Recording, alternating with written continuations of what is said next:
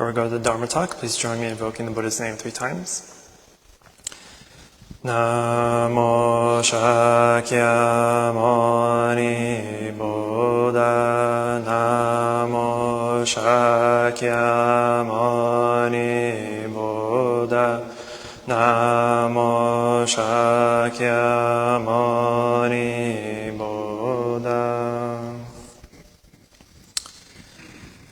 Dear Venerable Teacher, dear Sangha, good afternoon.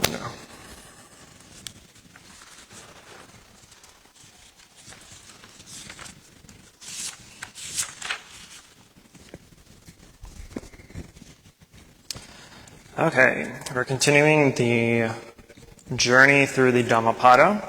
We are in chapter 3, on Chittavagga, on mind. Today we'll be going over verse 36, which is slightly similar to the last verse we went over in verse 35. But verse 36 goes as follows. The mind is very difficult to perceive, very delicate and subtle. It moves and lands wherever it pleases. The wise one should guard his mind, for a guarded mind brings happiness. So verse 35, slightly worded differently. So verse 35 was the mind is difficult to control, swiftly and lightly it moves. Whereas in this verse, it's saying that the mind is very difficult to perceive or to understand. And so it's essentially the same issue, different sides of the coin. But this verse was given to a new monk back in the Buddhist time. And this monk was a fairly well-off person in their lay life. They were a son of a banker. And so he was living a pretty lavish life. He had no concerns of disparity and whatnot. However, he still recognized that suffering was still there. And so one day when an elder monk came to his home for alms, he asked the monk, Venerable Sir, what can I do to alleviate my suffering? And on this first advisement, the monk told him to split his assets into 3 groups. The first group of his assets, he should spend it on his work or business. The second, on his family, to take care of his family. And the third, to give to charity. And so he took this advisement and he split up his assets and gave away money to his work. He gave money for his family, and he gave money to charity.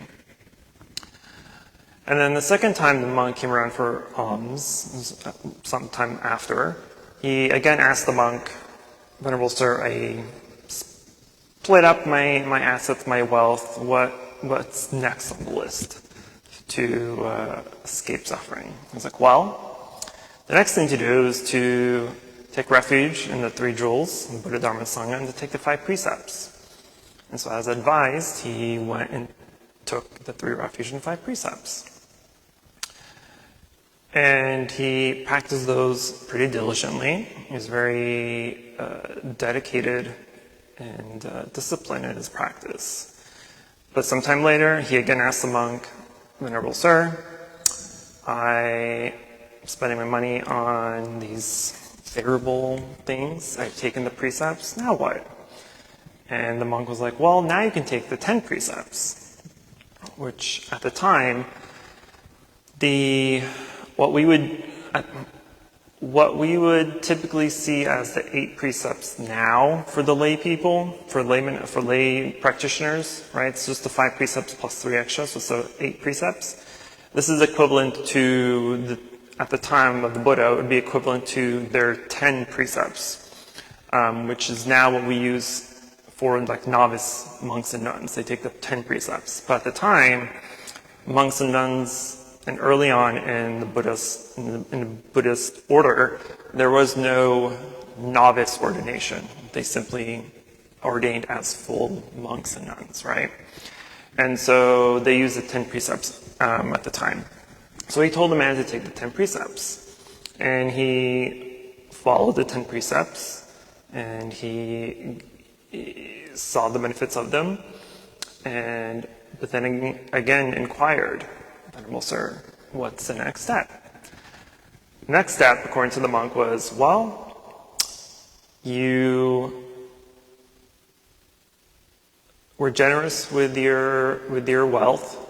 You were able to take the 5 precepts. You upheld the 10 precepts. Now the next thing is to renounce your life and to ordain as a monk. So he did that. So he ordained as a monk. And during his ordination, his preceptor was a Vinaya master. Vinaya is the code of conduct, the precepts for monastics. And his preceptor was a Vinaya master. And so he learned the precepts from his preceptor, obviously. And he had another teacher that taught him the Abhidharma, or the Buddhist psychology, or the Buddhist teachings on wisdom, the Abhidharma. And so he would be learning from these 2 teachers, right? And in both cases, right, as we know, the precepts are, in the Theravada tradition, monks have 227 precepts, something like that, or 29, something like that. And so he would be learning all these precepts, right, at the time, the 229, 8, something like that. But in the Mahayana tradition, the precepts are 250. It's an easy, nice number. But anyway. So he'd be learning the precepts, right? And the precepts are essentially, don't do this, don't do that, common sense stuff for the time. And the Abhidharma was essentially kind of the same thing. The Abhidharma, the teaching of the mind, is also do's and don'ts, as we know, right? You do want to think wholesomely, you want to speak wholesomely, and act wholesomely, so that you can become a wholesome person. You don't want to think unwholesomely, speak unwholesomely, and act unwholesomely, so you don't become an unwholesome person, right? So there's do's and don'ts in both scenarios. But this monk, he underestimated the way of life of a monastic, as most people do sometimes, because they're like, he was kind of taken aback because all he thought he was doing was just learning rules. He's like, I had no time to even stretch my arms out because all he's doing is learning these rules and learning how to control the mind, etc., etc. So he became very slightly discouraged. He thought he would have so much freedom as a monk, right? But now as a monk, he's like, wow, my freedom is actually pretty limited because I'm learning all these rules and regulations and, major precepts, minor precepts, mindful manners, etc., etc. So he thought his freedom was taken away, where he thought if he ordained, he would have so much more freedom, right? Because he's free of lay life, he's free of the responsibilities that he used to have. And so he's like, I'm going to be free. I'm going to have all this time to study, which is exactly what I felt, right? The story reminds me of my own journey.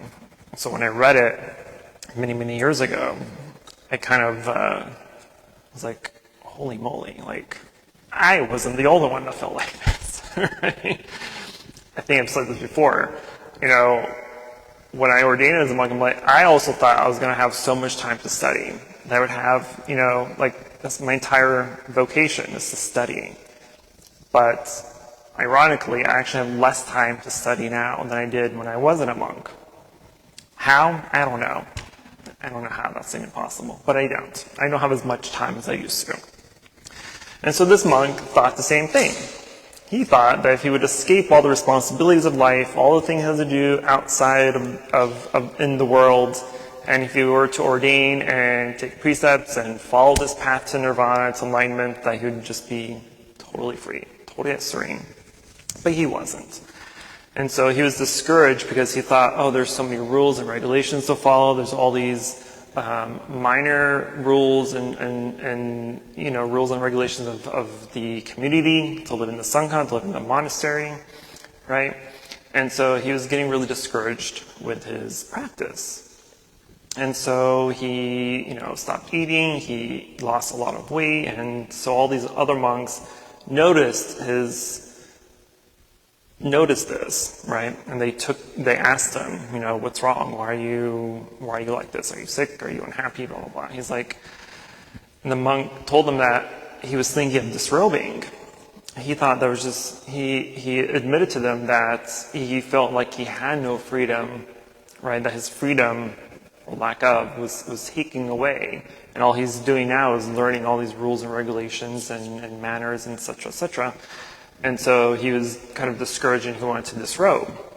And so they took the monk to the Buddha, and the monks told the Buddha, that this monk wants to disrobe, that he's unhappy.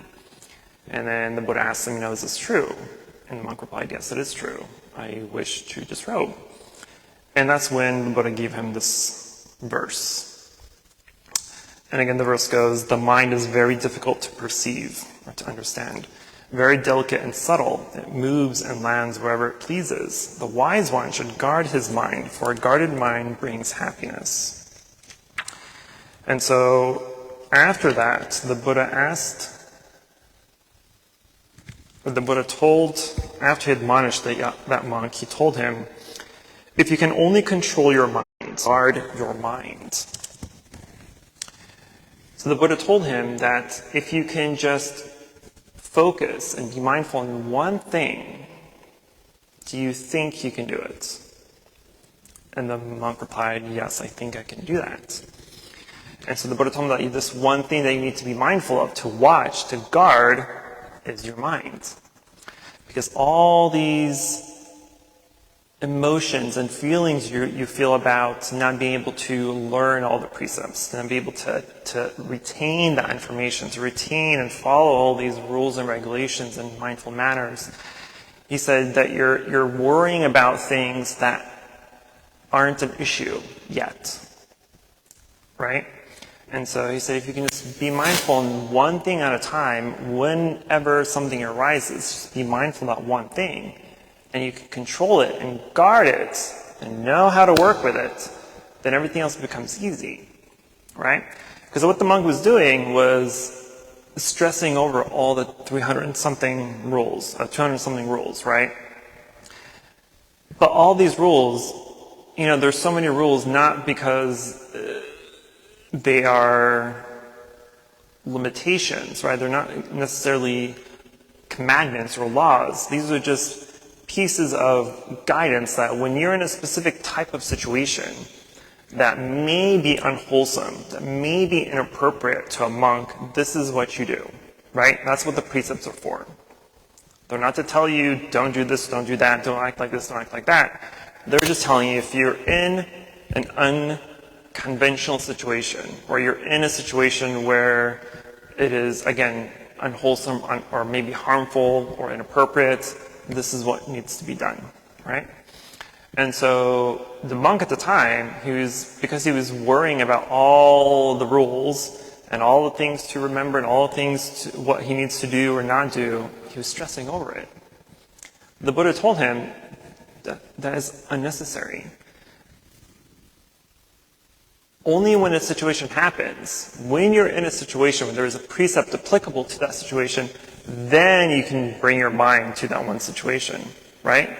Because then you have to just be mindful of the one thing of whatever the situation is, right? You're not thinking about the 200 other precepts. You're thinking about just that one precept. Because in that moment, in that situation, that's where that precept is applicable. And you use that information, right? So likewise, as we all know, Buddhism has a plethora of information, right? There's dozens, hundreds of lists. There's all these guidance and all these things to do and not do, right? We know that. It's a huge list of things to know. It's a huge list of things to practice, to study. But we don't always apply every single thing that we know and practice and study all at once. Right? We don't. It's impossible. But what you do is when you're in the moment, a specific type of situation, let's say an argument, right? If you apply the correct procedures, the correct teachings to that moment that's in the argument. That's all you need to bring to mind. That's all you need to do. You don't got to worry about the precepts. You don't got to worry about the Eightfold Path. You don't got to worry about the Four Noble Truths. You don't got to worry about meditation, all this other stuff to control the argument. No. All you need to do is control the arguments, to shut up, to listen, and to respond accordingly. Right? So you don't have to bring every single teaching that you know, every single list that you know, every single do and don't that you know into the arguments. You don't. You don't need all that information. But that's where people get overwhelmed, especially new monks and nuns. They get overwhelmed because there's so much information, and it really is, right? But the Buddha is telling you, you don't have to worry about You don't have to worry about that. If you can just be mindful of one thing at a time, in the correct moment, in the correct situation, in the correct time and place, and you apply the appropriate precept or manner or whatever it may be that's applicable to the situation, that's all you need to do. Right? If you see someone hurt, for instance, right, you're not thinking, oh, you're going to go at them, you need to, I guess it depends on the situation. But let's say they're bleeding out, right? You're not thinking, oh my goodness, they need surgery, they need a doctor, they need fluids, they need blood, they need an IV, all this thing. No, you're simply trying to put pressure on the wound to stop the blood, right? You're not thinking about everything else. You're not thinking about the surgery. You're not thinking about what doctor to go to. You're not thinking about what hospital they need to go to, right? All this information is needed, but it's not needed in that specific situation. In that moment, it's not needed. In that moment, all you need to do is to stop the bleeding, to slow down the bleeding, right? And so that's what the Buddha is teaching us, is if you want to guard your mind, if you want to control your mind, as he said in the previous verse, then you need to guard it. Because everything in life comes from the mind, right? Our happiness, our unhappiness, our stresses, our biases, our discriminations, our hates and likes and dislikes and all these other things are mind-generated. All the good, all the bad is mind-generated.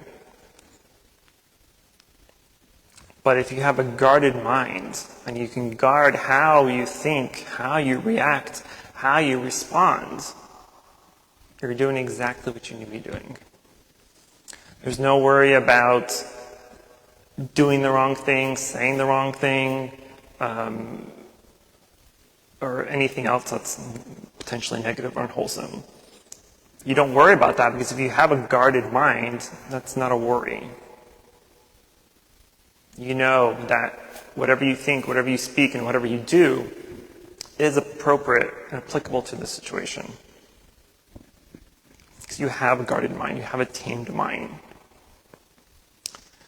But if you don't have a guarded mind, like the Buddha says, it's going to be move and it'll land wherever it pleases. If you don't guard your mind, right? We all have those weird intrusive thoughts, right? We have them because our mind is unguarded. Someone may be doing something stupid, for instance, right? Maybe they're climbing something they should be climbing. Our intrusive thoughts will be like, maybe he'll fall. Hopefully he'll fall so he'll learn his lesson, right? That's an intrusive thought. It's not a good thought. But if your mind is well guarded, that won't even come up as an issue. If you have a guarded mind, you're going to think hopefully more compassionately. Acknowledge that what they're doing is stupid, sure, right? But you're not trying to convince your mind or trying to hope for the worst. It's not a very Buddhist-y of you if we were to do that.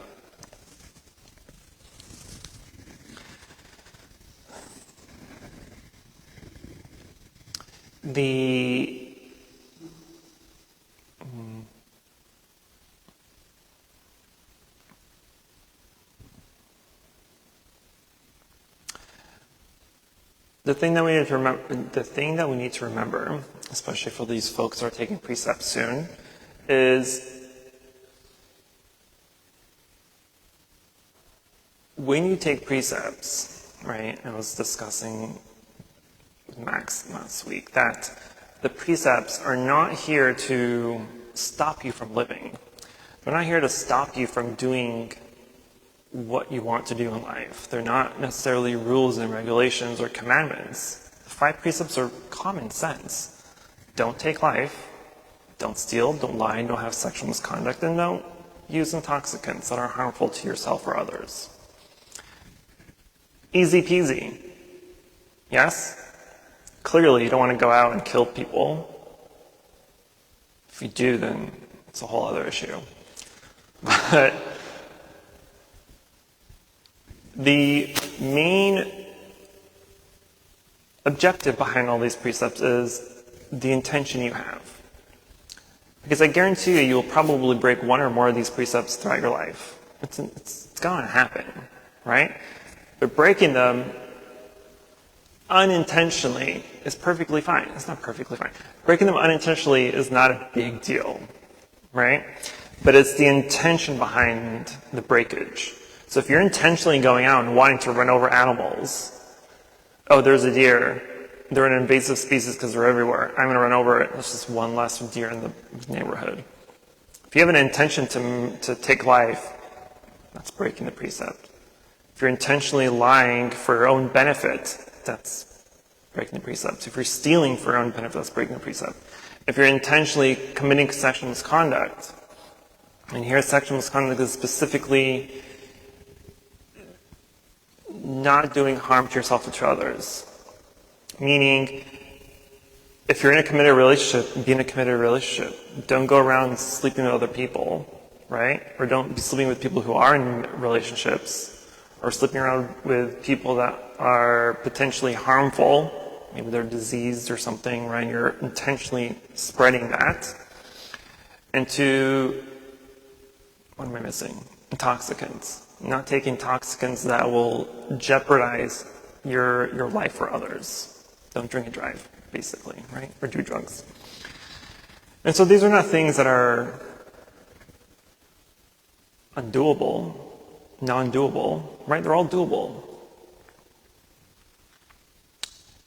And you may break some of them. We break at least one of them every day, whether you know about it consciously or unconsciously, right? Taking life, for instance. Just walking down to the temple, you probably stepped on a couple of bugs or ants or something, right? Driving down the highway, you're splatting bugs on the windshield. Maybe you've accidentally run over something, right? Things are going to happen. But you had no intention to do that, right? You didn't have an intention to run over, step over animals or insects or whatever it may be, right? Which is why we practice mindfulness, because if you're mindfully walking as you should be, then you're able to diverge your path if you see something in the way and move around it, right? It's not as easy in the car because there's bugs splattering on the windshield, but there's always room to do better. There's always room to improve. And so when you take the precepts, right, these are commitments to yourself. These are rules, vows you're taking for yourself. You're not taking it for me, you're not taking it for the teacher, you're not taking it for the Buddha. We don't care whether you take precepts or not, right? Precepts isn't for us, the precepts are for you. So when you take the precept, you're making yourself a promise that I will abstain from taking life. I will abstain from stealing, from sexual misconduct, from lying, and from taking intoxicants. This is on you. This is your commitment to your path. You're here for a reason. You come and practice for a reason. You come and study for a reason, right? Otherwise, what are you doing here? What benefit are you getting if you're not applying these teachings to your life, right? And so one way that we apply those teachings is to make that, or take that commitment, that extra step, that commitment by taking precepts. And of course, in a couple of years, if you wish to do so, you can take the Bodhisattva precepts, which are just another higher set of precepts, right? 10 minor precepts and 10 10 major precepts and 48 minor precepts, which sound like a lot, and they kind of are. But again, these are not precepts to confine you into a specific way of life or living or rules and regulations. These are just extra precepts to help you help others, because that is the bottom line of what the Bodhisattva precepts are for. They're not necessarily just for you, but they're ways that you can help yourself in order to help others. That's what the Bodhisattva precepts are for. They're just specifically to help others on the path. You know, there's a couple of like weird, odd ones in there. Don't get me wrong, right? Like one of my favorite odd ones is to not start forest fires. I love that one. It's one of my favorites. But if you think about what that actually means, what does it mean when a forest fire begins? What does it mean when a forest catches on fire? What happens to that forest? What happens to the environment? What happens to everything else around it? Trees die, animals die, right? We're losing a free resource for clean air, right? We're losing a whole bunch of other resources in the fire. So there's a lot of damage that happens when a forest fire occurs. So it's telling us to be mindful that if we are in a place where there is forests or trees or any agriculture, to be careful with our fires, with our, cooking and whatnot.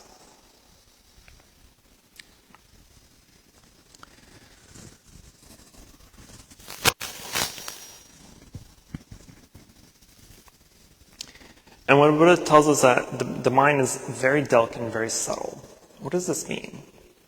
The mind is subtle to ourselves because it's something that we can't necessarily see, right? We can't see our mind. We can't see the good things and the bad things that we're thinking. We can't see our prejudice. We can't see our hatred, our ignorance, right? It doesn't manifest until we do something, right? Whether we say something or do something is when all the little subtleties in our mind comes out.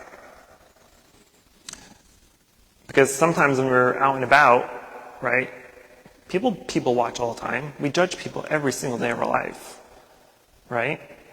But we do that unconsciously because it's just part of how our mind works. But it's not. It is something that we've learned to do. It is something that we developed, that we control. We have control over the things that we say, the comments that we say when we're people watching, when we see something happen or see someone do something that we agree with or don't agree with, whatever it may be, right? The subtleties that our mind does, whether consciously or unconsciously, we have to guard, we have to watch, because even those little subtle comments that we make, whether it's about ourselves or others, can have a huge impact in the long run. Because right now, you may go out and, you'll judge one person, right? But if you don't watch your judgments, if you don't watch what you say and how you say it and what you're meaning when you're trying to say it, right? Then your ignorance toward that one person becomes now an ignorance towards the entire group. Let's say it's an ethnic group or something, right?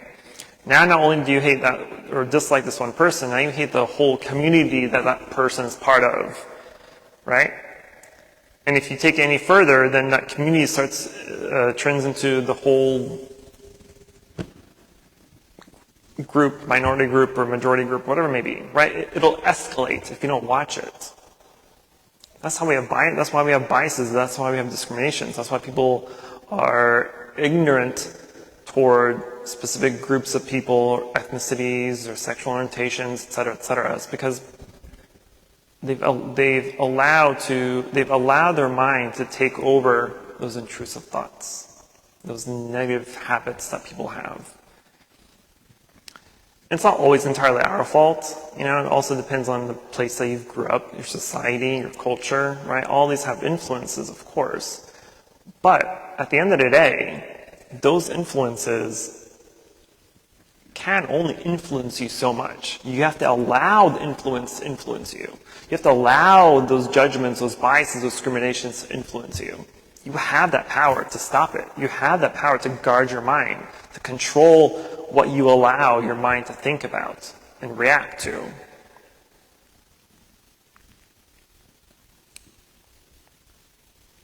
Being mindful 24/7 is obviously extremely difficult, right? We can't always remind ourselves to be mindful, but we have to at least attempt to encourage ourselves to be mindful whenever we are in waking hours.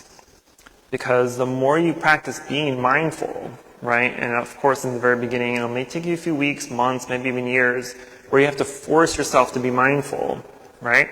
But eventually, it'll become automatic. Eventually, it'll just be a habit that you become mindful of the things you say, think, and do. Where you don't have to tell yourself to be mindful. You don't have to remind yourself to be mindful. You don't have to remind yourself to be aware of what is happening in your mind and outside of yourself. Eventually, it'll just become habit. For monastics, we have 50 some odd gathas, little mantras, right? And these are things that we say for everything that we do. So when we wake up in the morning, we say gatha. When we put on our robes, we have a gatha. Brushing our teeth, showering, cleaning, cooking, anything we do, there's a little gatha, a little reminder of a little mindfulness reminder to help us remember to pay attention, to be mindful, to be aware of the specific task that we're doing. If you do that enough, eventually you'll become automatically aware of the things you do. You don't have to remind yourself to say gatha. It'll just naturally be mindful. Those gathas are very helpful. So I would suggest all y'all to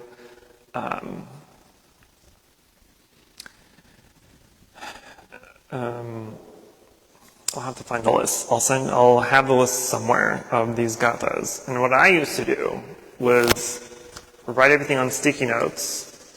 This isn't one of them, but write things on sticky notes and just place them around your room or around the house. So that when you're about to go to the restroom, you have it on your door. Say the gatha before you go to the restroom. Have one on your closets. When you're changing your clothes, you're saying the gatha for changing your clothes.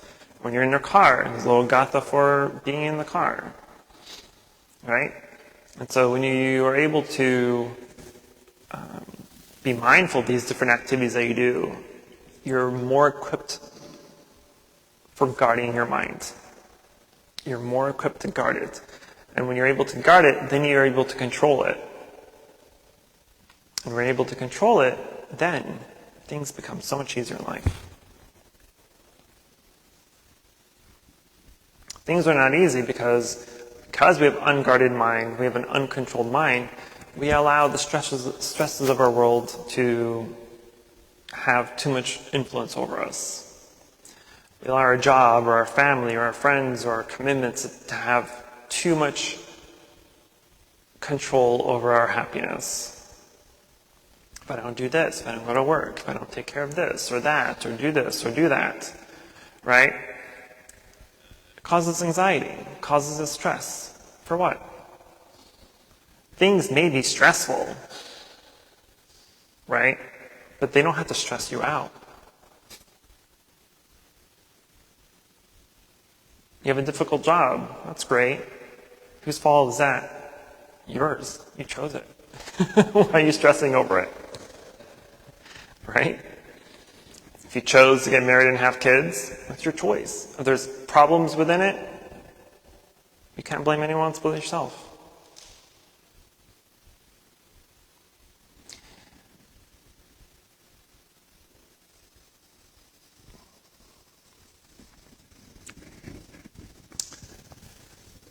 I'm always reminding myself, reminding others that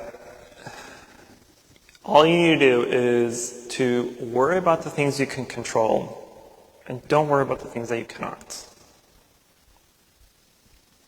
Because even with things that you chose to do, let's say, take a big job, big boy job, big girl job, right? You chose that path of life.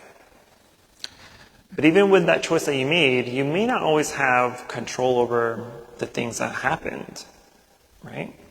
You may not be able to control whether you get a promotion or not, whether you get a raise or not, right? There's just some things that you don't have total control over. But we stress about it. We get anxious. We hope for the best, or maybe for the worst for other people, right? Which causes anxiety, which causes stress, and starts casting this dark shadow around us because we're hoping for the worst for others so that we can have the best for us, right? If you're trying to get a promotion, typically there's at least a few others maybe in the run for it as well, right? And so a unguarded mind of a person would hope for the worst for the others, because you want the promotion, right? And sometimes we do things that are unbeneficial. We may try to sabotage this person's work. We may try to throw them under the bus. We may try to, increase their workload or whatever it may be. We do things intentionally to make them look bad or feel like they can't do the job or that they don't want it, whatever it may be, right? But that's beside the point. The point is in whatever choice, whatever action that we do in life, right? If you're able to maintain mindfulness and guard the thoughts and the feelings and the actions that you do, then you can control, to an extent, the gratification that you may receive from it. And so that way, when something happens, again, worry about the things you can control and don't worry about the things you cannot. Because if all you're doing, if something comes up and you know you really can't do anything about it, a lot of us still stress out. For no reason. We just stress out. There's nothing we can do about it.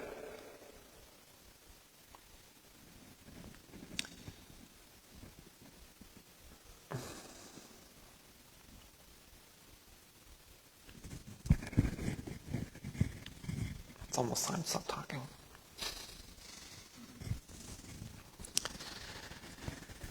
I think I've already said this before. This is one of my favorite chapters. It's my favorite chapter because it is, again, it's heavily linked to meditation. It's heavily linked to the Abhidharma, Buddhist psychology, or the Buddhist teaching on wisdom. And wisdom only comes from our mind, right? We are all intelligent, obviously, but it doesn't mean we're wise. Intelligence and wisdom are not the same thing. Intelligence can change and adapt and come according to time and place, right? If you read 1,000 books, then you have the knowledge of 1,000 books. But it doesn't mean you've comprehended those 1,000 books. Comprehension means wisdom, right? When wisdom leads, or constant, if we practice correctly, right, we're able to have strong concentration. Concentration leads to wisdom, and wisdom leads to enlightenment. And so and for those that are taking the precepts, it's important. It's important to know what the precepts are. It's important to know why they came about in life. It's important to know why the Buddha established them. It's important to know why you chose to take them, right? All this is intellect. All this is intellectual knowledge, right?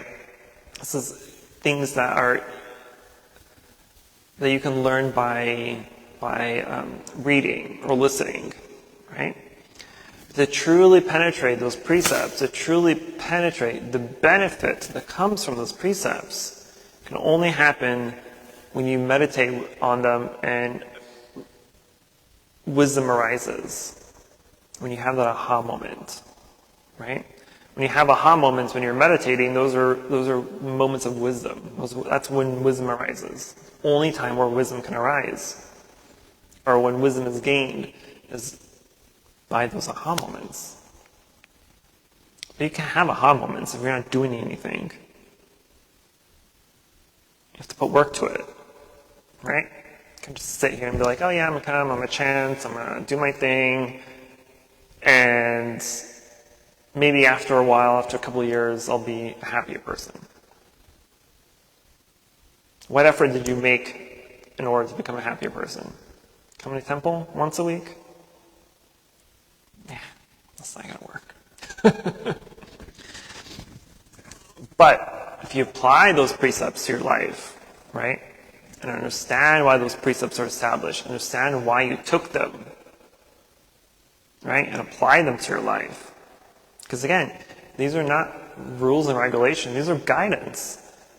Because if you don't take life, but instead protect it, then people are happier, you're happier, other people are happier. If you're in a situation where you are, where you can lie or steal, who are you lying for? Are you lying because you're trying to get ahead of the game? Are you lying because you're avoiding something that you caused that is your problem and you're just lying about it, right? Are you stealing because you're taking something that you want, you see something nice and beautiful or shiny and you want to take it? Things are not yours, right? Avoiding intoxicants. Don't drink and drive, obviously, right? It's one of the biggest causes of death in the world. It's drinking and driving. Sexual misconduct. You're protecting yourself, you're protecting others. So these are common sense things. If you do them, then you have the ability to help benefit yourself and others. You'll see the beauty of why the precepts are established.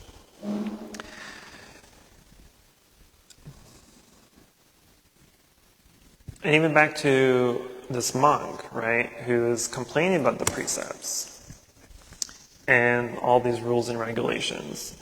We have to understand, even in a monastic situation, we have monastic precepts, but we also have the rules and regulations of the community, right?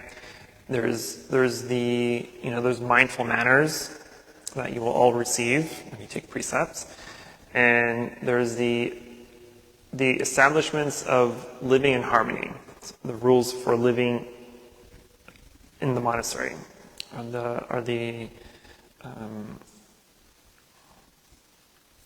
I just say? I forgot what they're called. The establishments for living in harmony, right?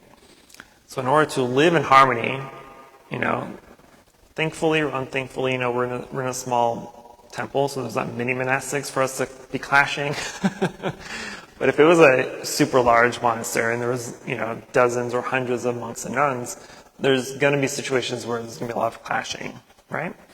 And so the rules for living harmoniously were created in order to avoid conflict, in order to avoid having people fight or argue and whatnot.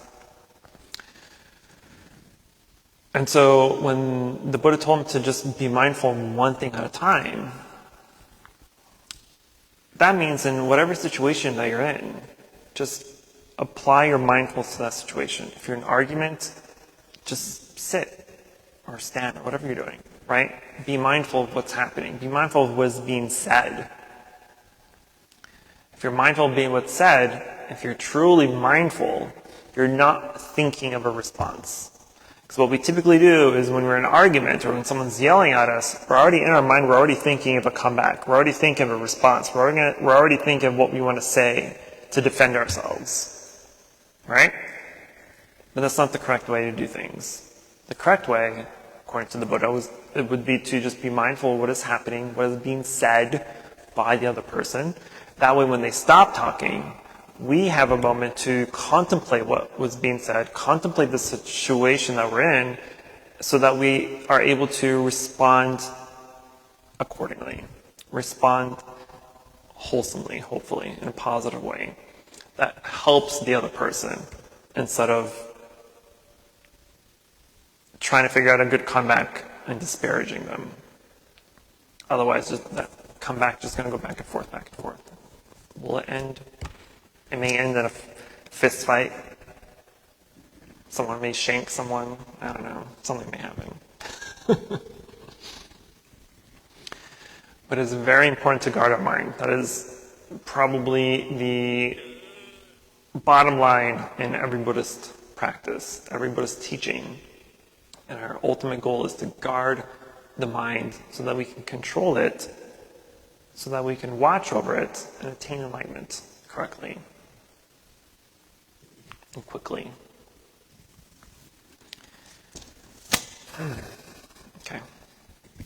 Questions, concerns, emotional outbursts.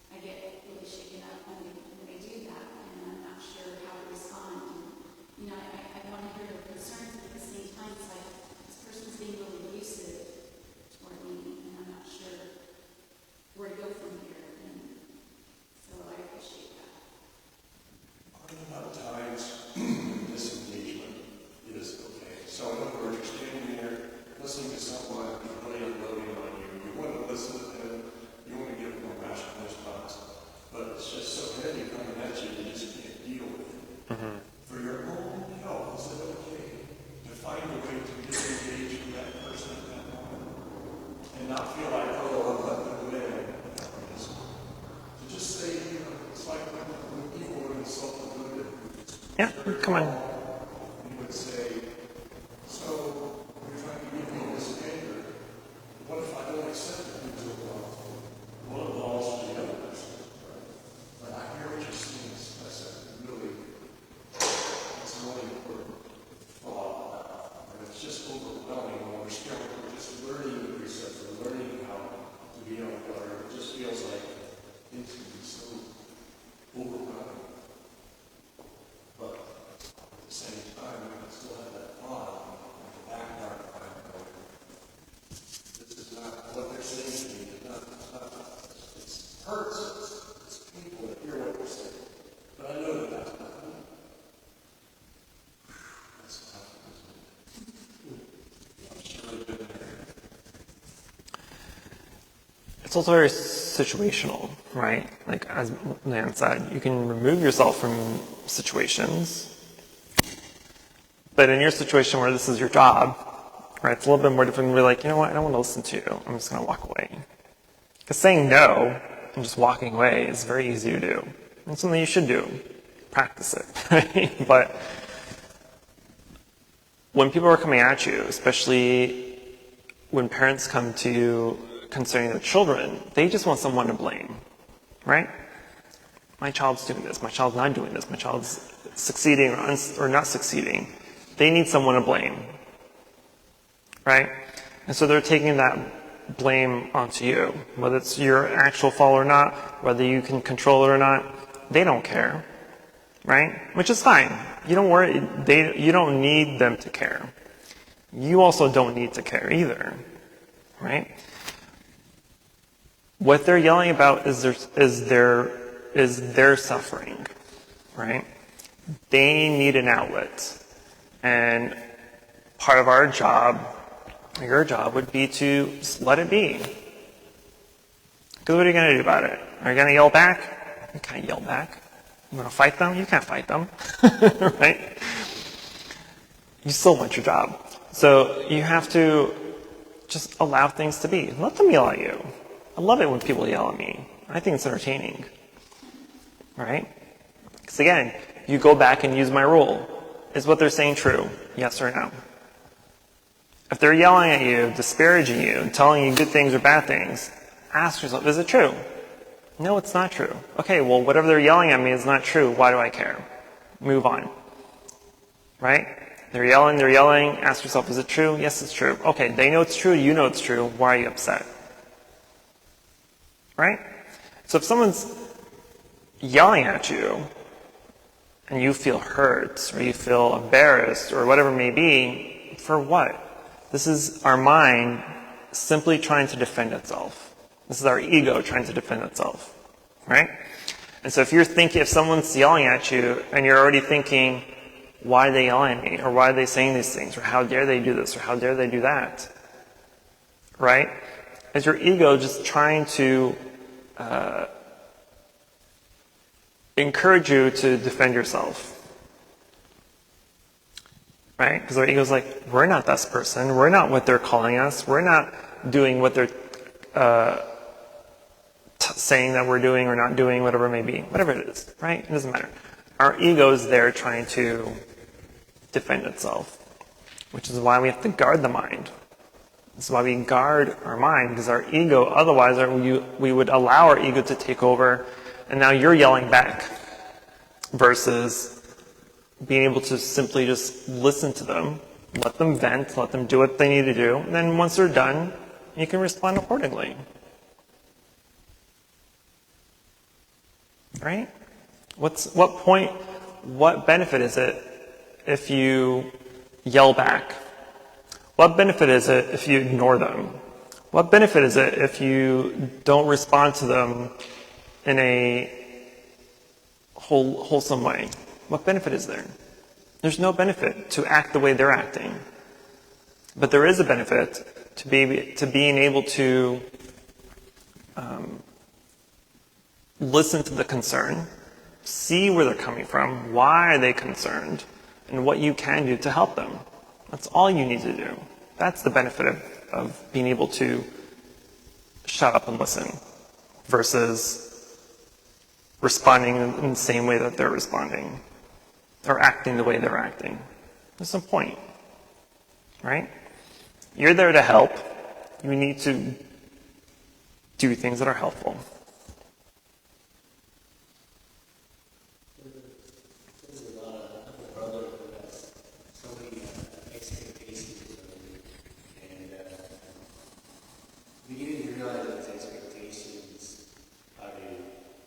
Satisfy his goals or his endeavors, and his insights on my behavior or how I conduct myself are very insightful.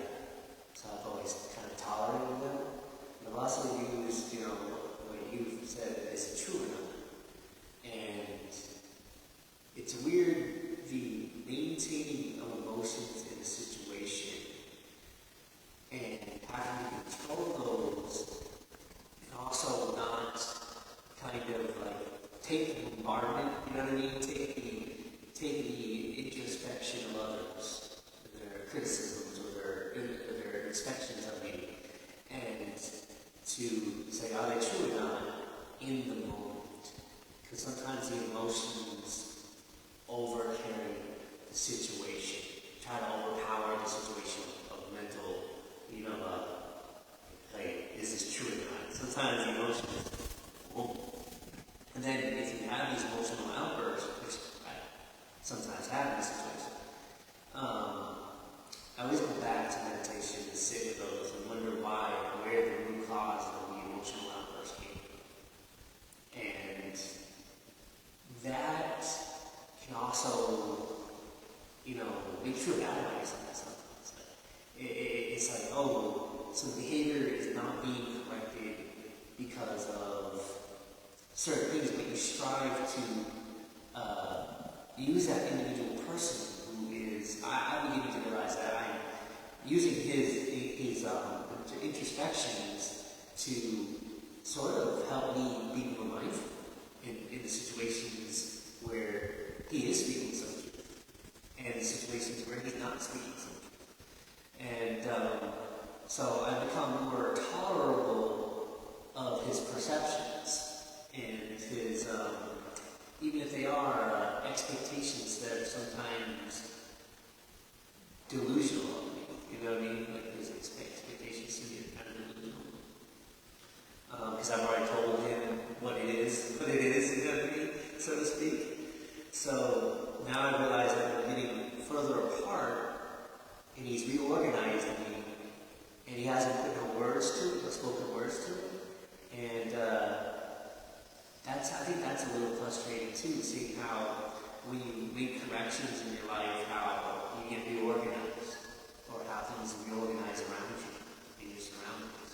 So my question for you is, before you were fully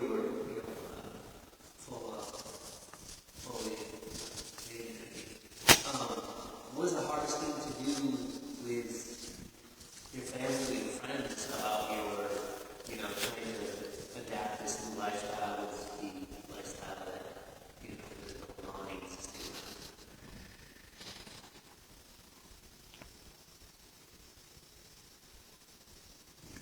Oh man, there's a lot of stories here.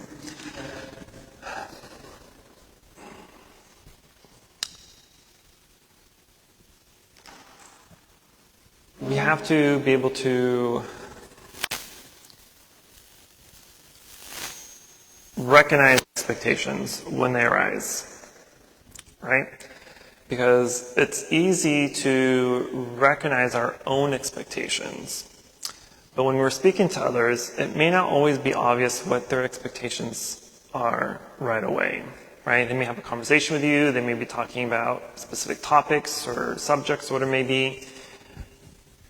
But in the back of their mind, they have an expectation of your response. They have an expectation of how they want you to respond and what they want you to say and feel and act, right? And so a lot of times when people are, especially in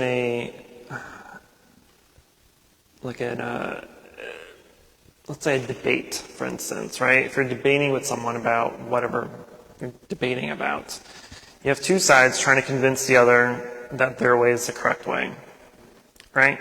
There's an expectation that I'm going to convince you of how I think, and vice versa. The other person has this expectation that they're trying to convince me of what they think or believe, right? And so when you're talking to people, in whatever situation it is, whatever type of conversation it is, you need to understand that this conversation is not every conversation, but the majority of conversation we have with people is they want it to be one-sided. I'm going to tell you some information. I'm going to tell you some facts. I'm going to tell you what I believe, what I think, what things should be like, with the expectation of you agreeing and taking those same beliefs and applying them or using them in your life, right? A lot of time, we don't do that. Sometimes we may be convinced of things, right, and we go along with it. Well, a lot of times we're like, you're just full of it. This isn't real. You're delusional or whatever it may be. But anyway, the point is, we have to, the same way that we need to let go of our expectations of people, of things, of situations, we also have to let go of their expectations of us. Mm-hmm. Your parents have expectations of their children. Children have expectations of their parents. Students have expectations of their teachers. Teachers have expectations of their students, right? There's always expectations.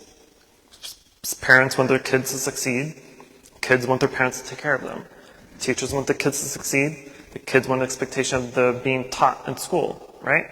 You go to work, you have an expectation to work to get money, right?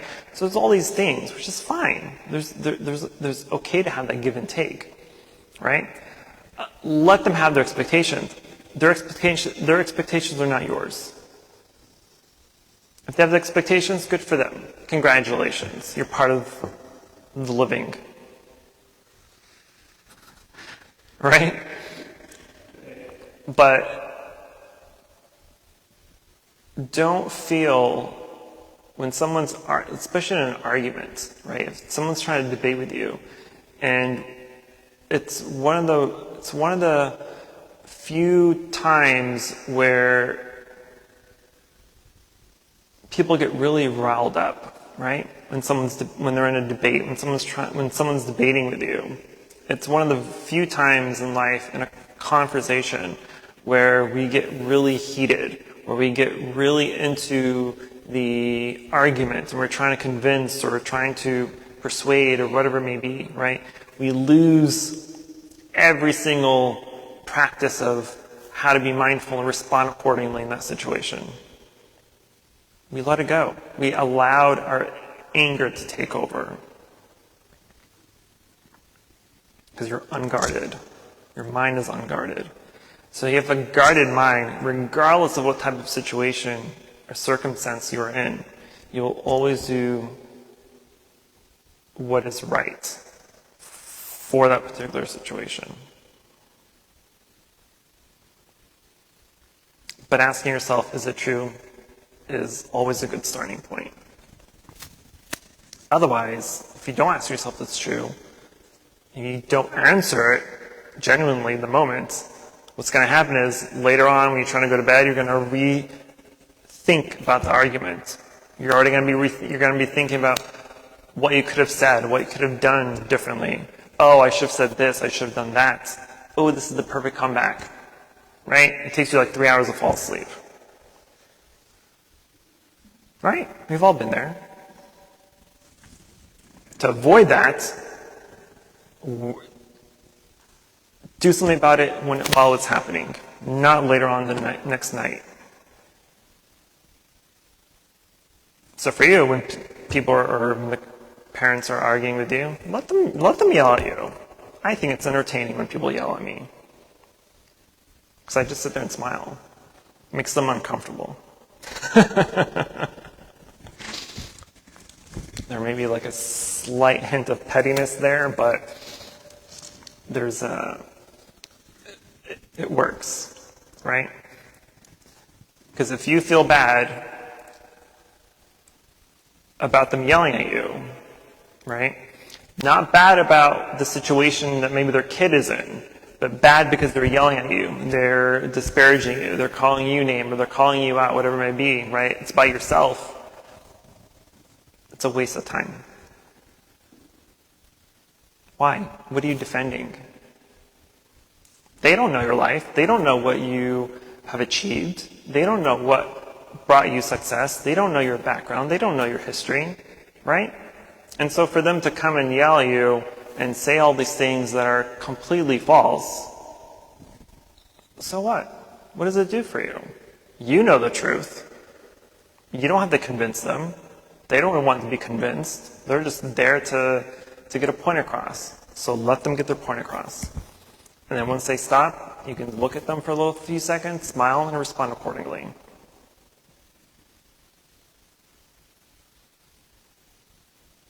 And in that sense, you've defended yourself correctly. Not by words, but by your actions.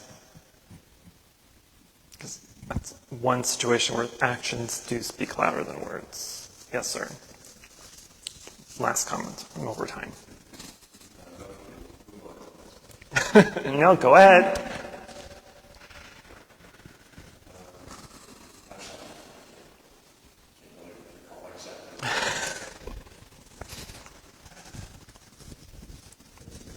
Yes.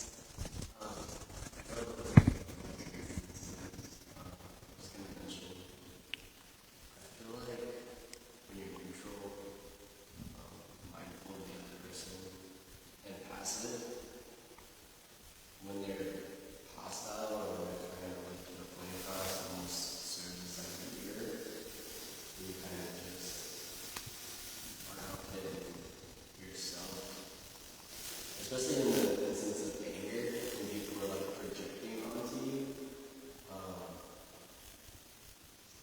there tends to be a lot of regret, especially when you're soft-spoken and active in this situation. Or like,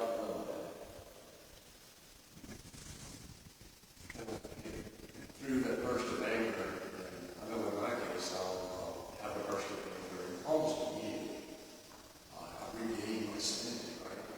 So maybe that's part of letting the other person finish. Maybe they just need to get this nut out there. And that will allow them to have the space for their own mind to be kicked again, right? Yeah. Because you're right, anger is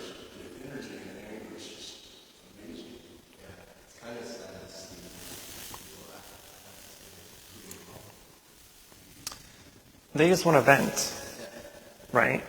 Venting, as difficult it may be sometimes, but the one benefit of venting is that you are able to release all this anger or anxiety that you've had in your mind, right? And so when you speak them out loud and you hear your voice, right? Sometimes that triggers something in people. It triggers like an aha moment or a realization of maybe what they did or said was wrong, or maybe it was right, whatever it is, right? But they just need to allow all that junk to escape so they have some room for clarity, for some clear thinking to arise, right? And so when people are yelling at you or arguing with you, majority of the time people are trying to interject to stop them, to reinforce their own beliefs or thought process, right? And they're trying to already respond before the other person's finished, right? You're what's the word? Interrupting, right? If you're interrupting, then you're interrupting that flow of letting them release all that so they have some clear mind. So they have some space to actually think. Which is why we say when we're being mindful in an argument, do not say anything. Be quiet, let them finish. Because if you interrupt them, they're going to interrupt that release of all the anxiety, all that anger, all the hatred, right?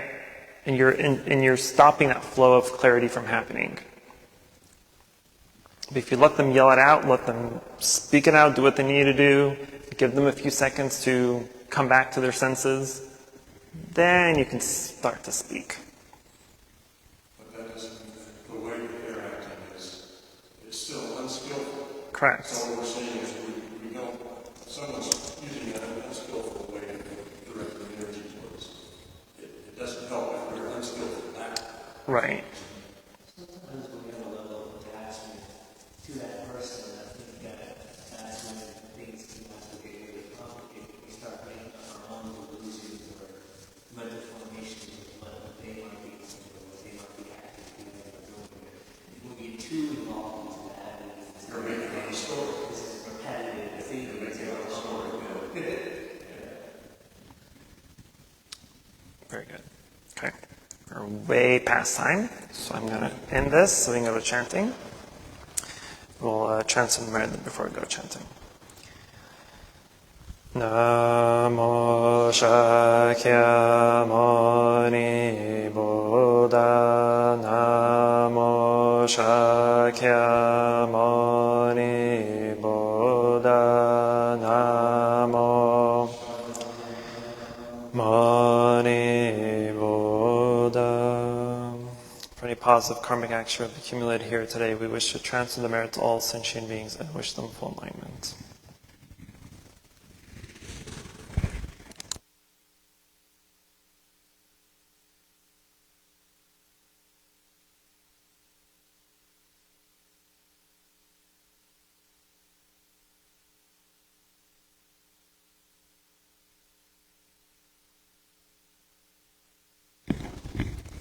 To general service, page 7.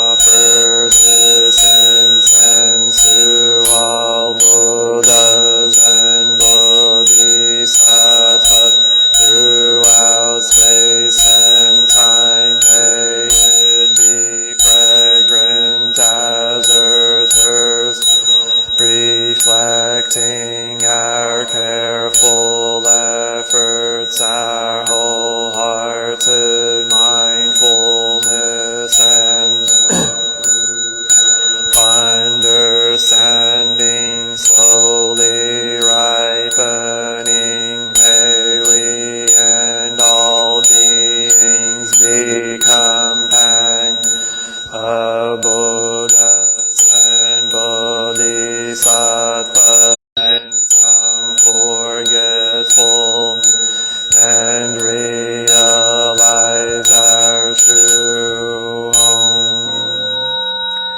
The incense and the censer now is burning all the Dharma. In every place auspicious clouds appearing, our sincere intention.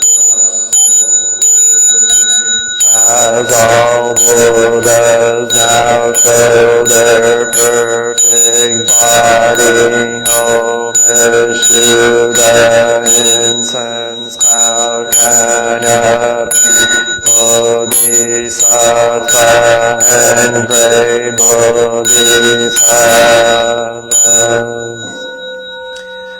Homage to the eternally abiding Buddhas, the supreme Dharma and Tejali Sangha throughout the Dhamma and the realm of empties and 3 periods of time.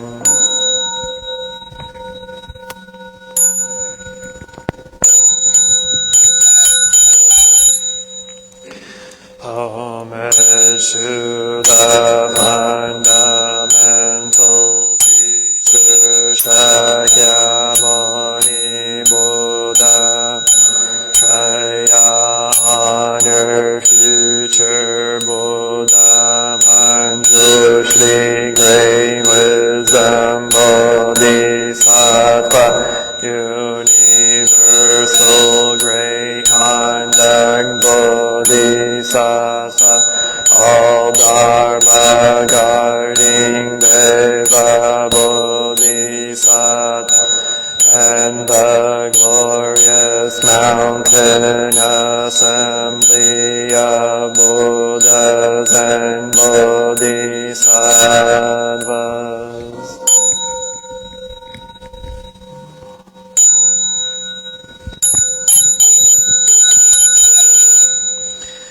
Homage to Amitabha Buddha in the land of ultimate Avalokiteshvara, great compassion Bodhisattva, great strength Bodhisattva, earth store great vow Bodhisattva, and the assembly of great pure sea-like Bodhisattvas.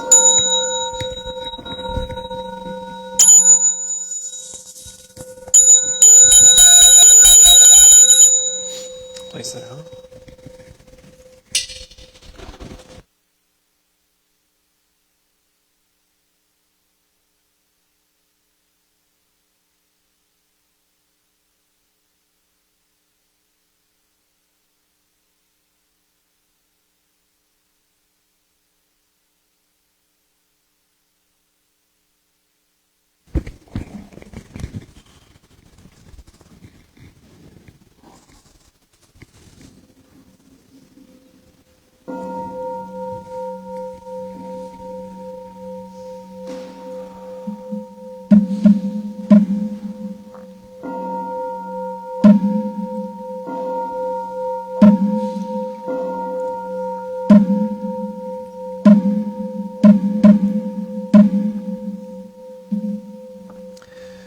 Namo great compassionate Buddhas and Bodhisattvas. Namo great compassion Buddhas and Bodhisattvas. Namo great compassionate Buddhas and Bodhisattvas.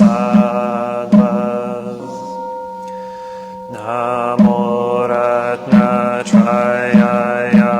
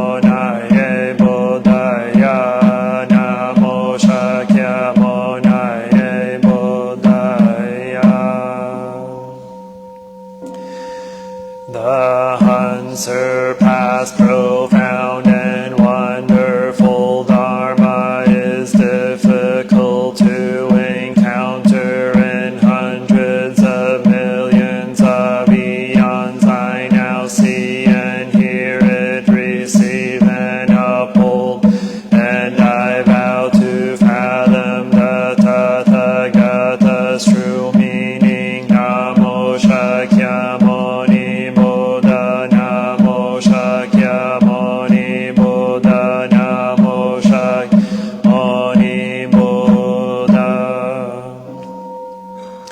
The one who bows and the one who is bowed to are both by nature empty. Therefore the communication between them is inexpressibly perfect. Our practice center is the net of Indra reflecting free, whereas my own person reflects in all Buddhas, to whom with my whole life I go for refuge. Offering light in the 10 directions, the Buddha, the Dharma, and the Sangha, to whom we teaching and living the way of awareness in the very midst of suffering and confusion. Shakyamuni Buddha, the awakened one to whom we bow in gratitude. Cutting through ignorance, awakening our hearts and our minds. Manjushri, the Bodhisattva of great understanding, to whom we bow in gratitude. Working mindfully, working joyfully for the sake of all beings. Samantabhadra, the Bodhisattva of great action, to whom we bow in gratitude. Responding to suffering, serving beings in countless ways. Avalokiteshvara, the Bodhisattva of great compassion, to whom we bow in gratitude. Seed of awakening and loving kindness in children, sprouts in all beings. Maitreya, the Buddha to be born, to whom gratitude. Showing the way fearlessly and compassionately, the stream of all our ancestral teachers, to whom we bow in gratitude. The Dharma is deep and lovely. We now have a chance to see it and practice. We vow to realize its true meaning. The Bodhisattva Avalokita, while moving in the discourse of Prajnaparamita, shed light on the five skandhas and found them equally empty. After this penetration, he overcame ill-being. Listen, Shariputra, form is emptiness, emptiness is form, form is not other than emptiness, emptiness is not other than form. The same with feelings, perceptions, mental formations, and consciousness. Listen, Shariputra, all dharmas are marked with emptiness. They are neither produced nor dished, neither defiled nor immaculate, neither increasing nor decreasing. Therefore, in empty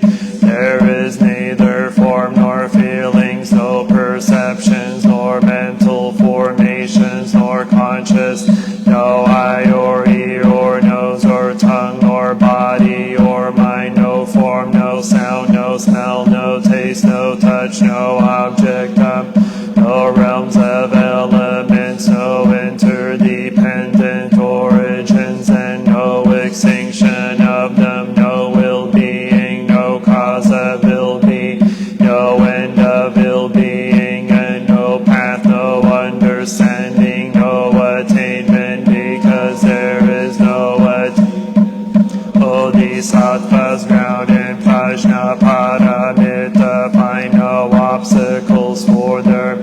Having no obstacles, they overcome fear, liberating themselves forever from illusion and realize perfect nirvana. All Buddhas in the past, present, and future arrive at Anuttara Samyak Sambodhi. Therefore, one should. The perfect understanding is the highest mantra, the unequaled mantra, the destroyer. The incorruptible truth, the mantra, Prajnaparamita, should therefore be proclaimed. Gate, gate, para, samgate,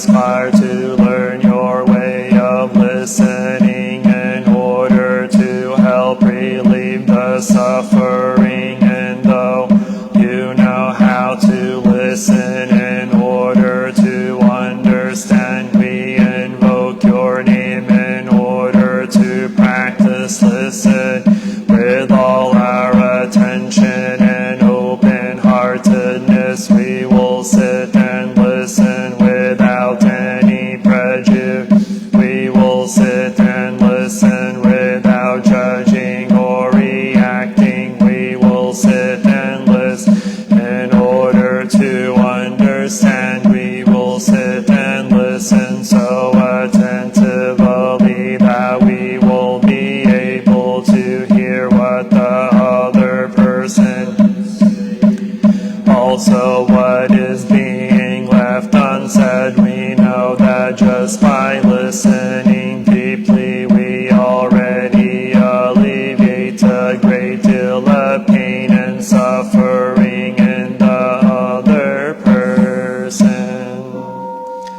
We invoke your name, Manjushri. We aspire to learn your way, which is to be still and to look deeply into the heart of things and into the hearts of people.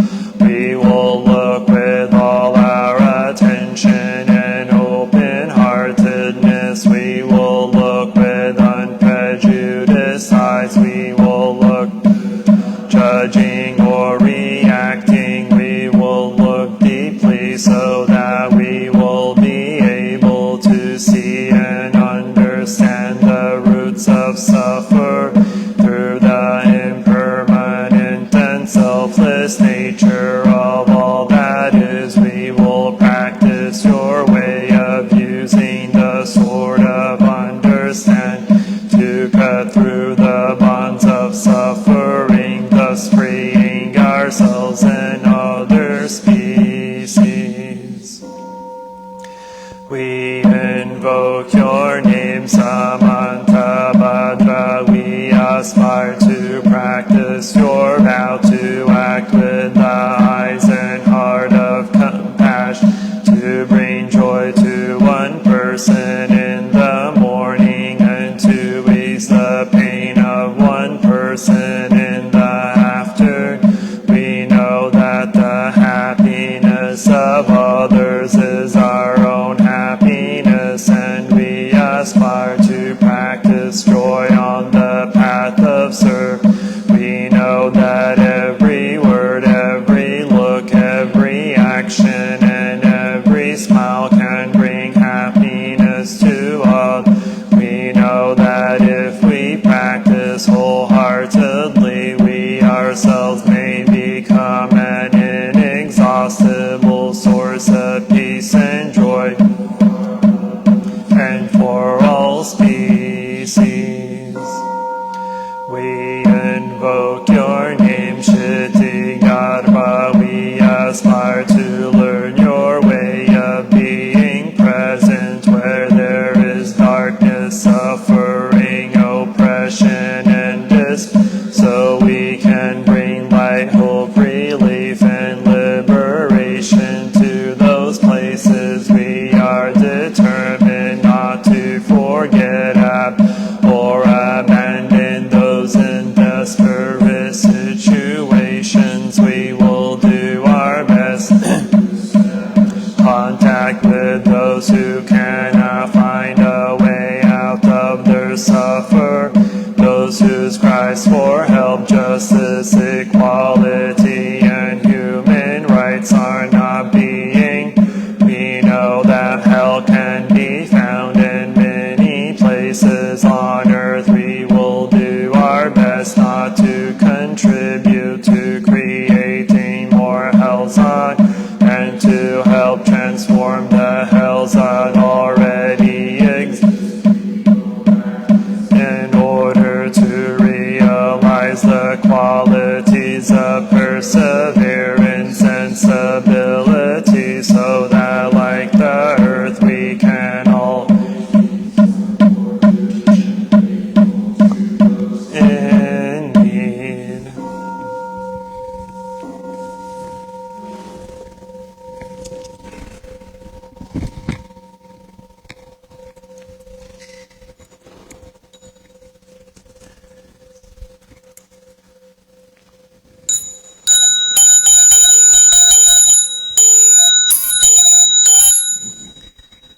I take refuge in the Buddha, the one who shows me the way in this life. I take refuge in the Dharma, the way of understanding and of love. I take refuge in the Sangha, the community that lives in harmony and awareness.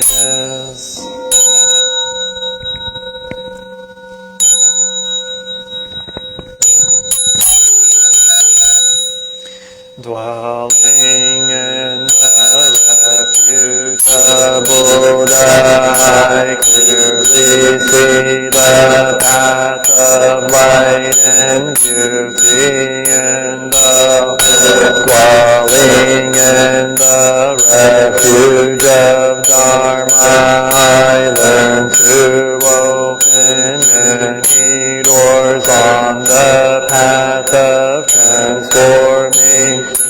Dwelling in the refuge of Sangha, shining light that supports me, keeping my practice free of obstruction.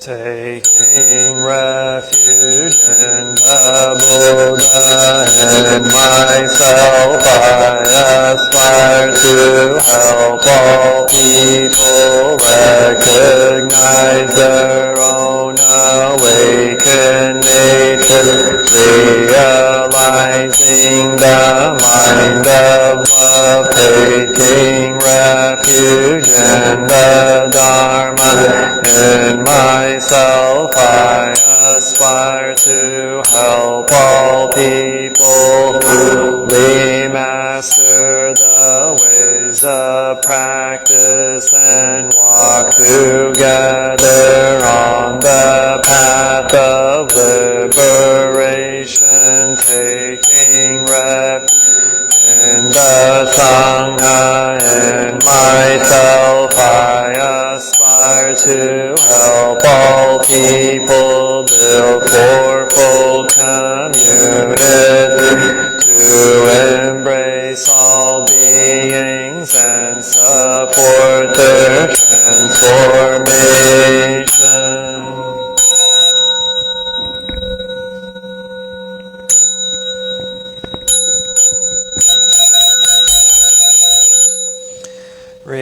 Reciting the sutras, practicing the way of awareness, gives rise to benefits without limit. We vow to share the fruits with all beings. We vow to offer tribute